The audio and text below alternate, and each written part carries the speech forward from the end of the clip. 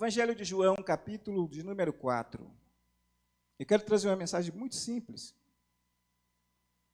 e também muito sucinta, mas uma palavra que tenho certeza que vai falar o coração da igreja esta noite, como sempre, né? Deus sempre tem uma palavra para a igreja e nós somos apenas instrumentos nas mãos do Senhor. Evangelho de João, capítulo 4, do versículo 4 ao versículo de número 9. Quem achou, diga amém. Eu vou ter que colocar o óculos da minha esposa aqui, irmãos. Não é nada. E era ali necessário passar por Samaria. E foi, pois, uma cidade de Samaria chamada Sicá, junto da herdade que Jacó tinha dado a seu filho José. E estava ali a fonte de Jacó. Jesus, pois, cansado do caminho, assentou-se assim junto à fonte. Era isto quase a hora sexta. Veio uma mulher de Samaria tirar água. Disse-lhe Jesus: dar-me de beber. Porque os de seus discípulos tinham ido à cidade comprar comida. E disse-lhe, pois, a mulher samaritana: como, sendo tu judeu, me pedes de beber a mim, que sou mulher samaritana? Porque os judeus não se comunicam com os samaritanos. Amém? Eu prometo para os irmãos que eu não vou gritar. Hoje eu vou cumprir a promessa, tá? Vou falar bem pausadamente e tranquilidade. O pastor Passo disse que eu não grito, né? Mas eu tenho a impressão que sim. Meus irmãos, eu quero que você apenas redobre a atenção e escute bastante o que Deus tem para dizer ao seu coração nesta noite, porque a palavra não é do pregador, a palavra é de Deus. E Deus, por sua bondade e misericórdia, vai falar através da sua palavra, do seu espírito. E eu gostaria muito que você saísse daqui esta noite fortalecido em sua fé, renovado em sua esperança, em seu ânimo. Eu gostaria muito que você saísse daqui cantando o hino da vitória, testemunhando como a Thalita testemunhou aqui esta noite da sua grande vitória. Esse texto aqui que eu acabei de ler, ou estes versículos, né, registram o encontro de Jesus com a mulher samaritana em Sicá, junto ao poço ou uma fonte que Jacó havia construído. Então, esse encontro é um encontro que mudou completamente a vida da mulher samaritana. Mas o que me chama a atenção no texto, irmãos, especialmente no versículo 4, ou seja, no versículo 6, é o seguinte, preste atenção que diz aqui: e estava ali a fonte de Jacó, e Jesus, pois, cansado do caminho. Essa expressão, cansado do caminho, ou da caminhada, me chamou muita atenção. Por quê? João, o evangelista, está ressaltando aqui o Jesus homem, o lado humano de Jesus. É claro que o evangelho de João vai muito profundo na questão de apresentar Jesus como Deus, o verbo eterno, o verbo encarnado, né? E aí por diante. Mas aqui nesse capítulo, ele fala de Jesus como homem. Ele diz que Jesus estava cansado da caminhada, da viagem. O que eu aprendo aqui?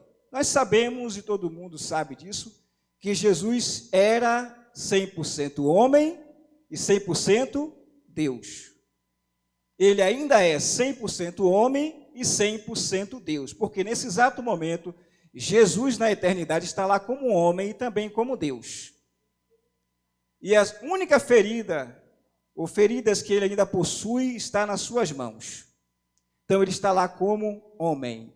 E como homem, ele é o nosso mediador, o nosso intercessor, o nosso sumo sacerdote eterno, aquele que intercede por Deus, por nós, junto a Deus na eternidade.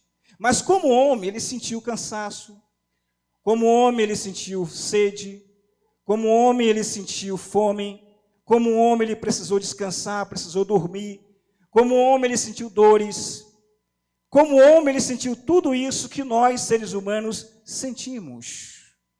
Mas como Deus, ele é o pão da vida. Como Deus, ele é a água que sacia a sede espiritual. Como Deus, ele é aquele que tem o poder de ressuscitar o morto. Como Deus, ele é aquele que tem o poder de repreender a fúria do vento e das ondas e elas se acalmarem. Como Deus, ele tem o poder de libertar o endemoniado. Como Deus, ele tem o poder de abrir os olhos ao cego. Como Deus, ele tem o poder de ressuscitar ou de levantar aquele que está caído nas trevas, mergulhado no pecado. Como Deus, ele tem o poder de fazer o paralítico andar e de trazer à existência aquilo que não existe. Como Deus, para ele nada é impossível. Como Deus, ele pode trazer para a sua vida aquilo que você acha que nunca virá. Porque ele tem o poder de fazer aquilo que você talvez não espera.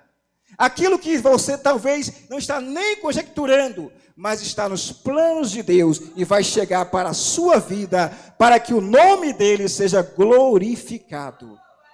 Ele é poderoso para fazer muito mais, além do que pedimos e pensamos, segundo o seu eficaz poder que em nós opera. Esse é Deus, esse é Jesus, a quem nós servimos.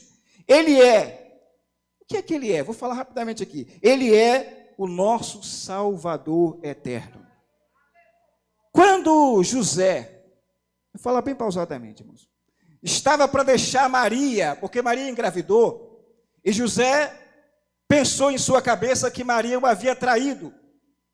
E ele tentou secretamente deixar Maria. Então o anjo do Senhor apareceu para José e disse: José, não temas receber Maria como a tua esposa, porque o que está gerado nela é do Espírito Santo. E aí o anjo acrescenta: e este menino que irá nascer, você vai colocar o nome dele de Jesus, que significa Salvador, salvação.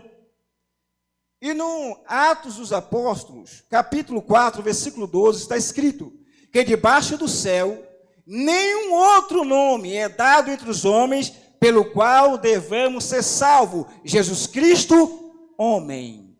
Olha a expressão do texto, irmãos. O escritor de Atos dos Apóstolos, que foi Lucas, disse que debaixo do céu está se referindo o quê? A dimensão física, a dimensão humana, a dimensão que podemos ver, palpável. Ele está dizendo que nessa terra, nessa dimensão física, no universo, não há outro nome dado entre os homens pelo qual nós devamos ser salvos, senão o nome do Senhor Jesus. Pedro não salva, Paulo não salva, o Papa, o Bispo, o pastor, Enoque, que foi o mais santo dos homens, juntamente com Elias, não pode salvar, porque o único nome que pode salvar o ser humano chama-se Jesus Cristo de Nazaré. Ele é também perdão, Jesus é perdão, irmãos. Foi através do perdão recebido de Cristo que nós fomos o quê? Absolvido da condenação eterna. Todos nós estávamos debaixo da ira de Deus, caminhando a passos largos para o abismo, para o inferno, até que Deus, em sua infinita misericórdia, nos alcançou através de Cristo. E a ira de Deus, que era para cair sobre nós, caiu sobre Cristo. E aí o texto diz que pelas suas pisaduras nós fomos o quê? Sarado. Então Jesus Cristo é o nosso perdão, e o seu perdão nos livra da condenação eterna. Jesus também é libertação. João capítulo 8, versículo 32 e 36. E conhecereis a verdade, e a verdade vos libertará. E o 36 diz o quê? Se o Filho vos libertar, verdadeiramente sereis livres. Jesus é também o quê? Libertação. Ele é cura. Só ele tem o poder de curar, irmãos, o corpo, a alma e o espírito. Não importa quão profunda são as feridas que causaram a tua alma. Não importa quão profunda sejam as feridas que causaram aos teus sentimentos. Ele tem o poder de penetrar na tua alma e sarar completamente a tua alma e restaurá-la para a glória do seu nome que é eterno, porque Ele é cura. Jesus também é socorro. Ele é refúgio. Ele é fortaleza. Ele é vida. Ele é paz. Ele é alegria e também Ele é poder. Saindo da introdução, já indo para a mensagem agora, e agora eu vou engrenar um pouco mais.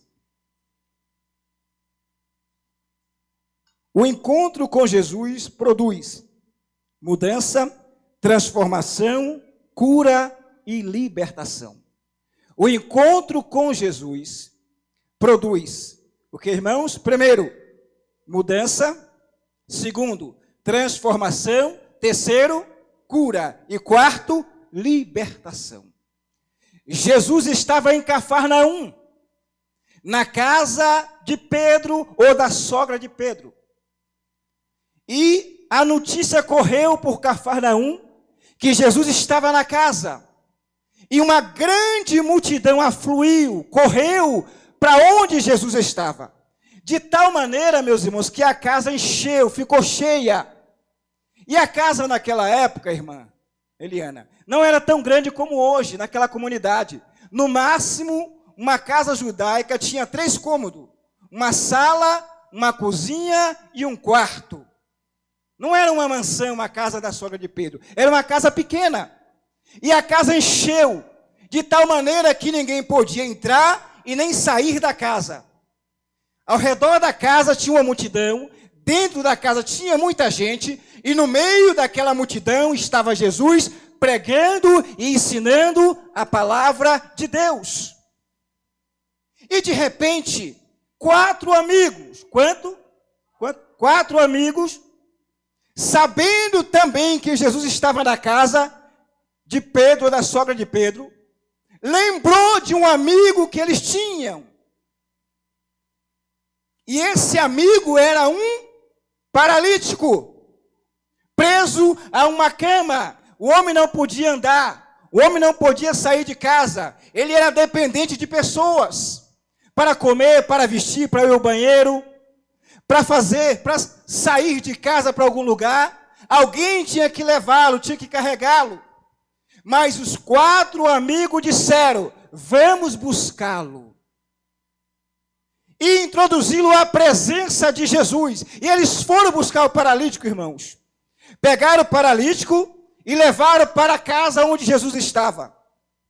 Mas quando chegou na casa, eles não podiam ou não puderam introduzir o paralítico à presença de Jesus. Por quê, irmãos? Porque a casa estava onde Jesus está, a casa tem que ficar cheia. Onde Jesus está, o milagre tem que acontecer. Onde Jesus está, a porta tem que se abrir. Onde Jesus está, os demônios têm que bater em retirada. Onde Jesus está, o céu se abre e a glória desce inundando a casa.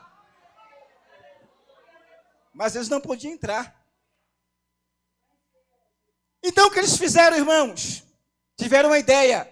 Vamos subir, abrir um buraco no telhado e desceremos o paralítico por esse buraco, por essa abertura até a presença de Jesus. Eu não sei como eles fizeram, pastor Passo, mas eles subiram. Porque a casa estava cercada de uma multidão. Eu não sei o que eles fizeram, o texto não fala, mas eles subiram, abriram, fizeram uma abertura no telhado e desceram o paralítico à presença de Jesus. O que é que eu aprendo aqui? Coloque aos pés de Jesus os teus problemas. Coloque aos pés de Jesus a tua preocupação. Coloque aos pés de Jesus os teus sonhos, os teus projetos. Coloque aos pés de Jesus o teu filho, o teu marido, a tua esposa, o teu negócio. Coloque aos pés de Jesus aquilo que você está sonhando para 2022, porque Ele tem o poder de trazer à existência aquilo que já morreu. Aleluia. Então eles desceram o paralítico à presença de quem? De quem, irmãos? Me ajude a pregar. De quem? de Jesus. E quando Jesus olhou para o paralítico, ele soltou uma frase interessante. O escritor registra que ele disse assim, Jesus falou, está assim escrito, e vendo a fé deles, está o quê? No plural. E vendo a fé deles. Dele quem, irmãos? Dos 4 amigos daquele paralítico. Olhou para o paralítico e disse, perdoados estão os teus pecados. Mas o paralítico foi ali para receber perdão de pecado, irmãos? Sim ou não? O paralítico foi levado ali não para receber perdão de pecado, para receber a cura. Mas quem chega na presença de Jesus recebe muito mais do que o milagre. Recebe o quê? A cura e o perdão dos seus pecados. Porque ele faz muito mais abundante, além daquilo que pedimos e pensamos, segundo o seu eficaz poder que nós opera. Então eu quero dizer uma palavra profética para você. Ele vai te surpreender. Ele vai fazer muito mais daquilo que você pediu, daquilo que você sonhou. Ele vai fazer além, para que o nome dele seja exaltado em tua vida. Então ele perdoou o pecado daquele homem, irmãos. Aí houve uma murmuração, que eu não vou entrar em detalhe. E Jesus falou assim, qual é o mais fácil? Perdoar pecado, ou pecados, ou dizer ao paralítico, levanta, anda, toma tua cama e vai para casa. Ele perguntando para os fariseus, irmã Kelly. Aí ele solta outra frase que me chama a atenção. Para que vocês saibam que o Filho do Homem tem poder para perdoar pecado, eu digo ao paralítico, levanta, anda, toma tua cama e vai para a tua casa. Aí vocês não pegaram uma coisa interessante aqui. O homem chegou lá o quê, irmãos?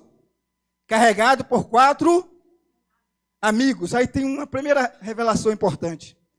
Quem tem 4 amigos como aquele ali, como aqueles, não morre paralítico. Não é verdade? Quem tem 4 amigos como aquele paralítico tinha, não morre paralítico, não fica para sempre paralítico preso numa cama. Porque aqueles amigos eram leais, fiel, verdadeiro. Se preocupava com aquele amigo paralítico. Eles poderiam dizer assim, deixa aquele miserável lá para morrer, já é paralítico mesmo, já não tem futuro, é melhor que morra preso em uma cama. Mas eles não pensaram assim, eles pensaram no amigo, vamos buscar o nosso amigo, porque nós sabemos alguém que pode levantá-lo desse leito. Quem tem amigo nessa categoria, irmãos, não fica sozinho, não caminha sozinho, não chora sozinho. Seja você um melhor amigo para aquela pessoa que você se relaciona com ela. Seja um amigo genuíno, verdadeiro, que na hora que ele mais precisa, você está lá. O que é que Tiago fala? Que devemos o quê? Se alegrar com os que se alegram e chorar com os... Foi isso que eles fizeram, choraram com aquele paralítico. Mas quando chegou a hora do milagre, eles foram lá, umbraram e disseram, vamos levá-lo, porque hoje ele vai sair curado daquela casa. Porque quem estava lá, irmãos, era o Deus Todo-Poderoso. Aquele que quando fala, o inferno estremece. Aquele que quando fala, o céu se abre e o milagre acontece.